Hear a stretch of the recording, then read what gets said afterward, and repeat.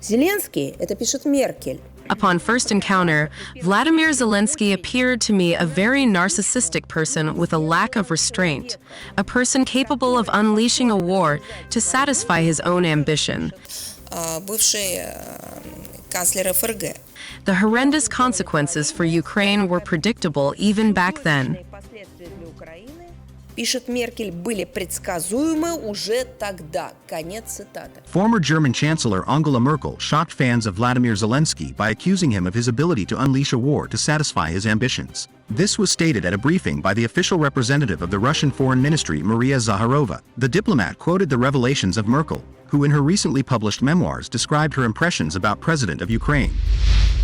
Lavrov gave an interview to American TV host Tucker Carlson. He linked Navalny's death to his treatment in Germany in 2020 and again stated that Russia did not start the war in Ukraine. The Russian army struck Zaporizhia and Kryvyi Rog. According to the latest data, at least 12 people were killed as a result of the shelling. Ukrainian arms concern Ukroboronprom presented a new drone missile, Peklo. It is reported that the missile has already been tested on the battlefield and handed over to the Ukrainian armed forces. Its serial production has been established. Russia and Belarus signed an agreement on mutual security guarantees. Lukashenko asked Putin to deploy the Oreshnik missile system in Belarus. Putin called it possible to deploy them in Belarus.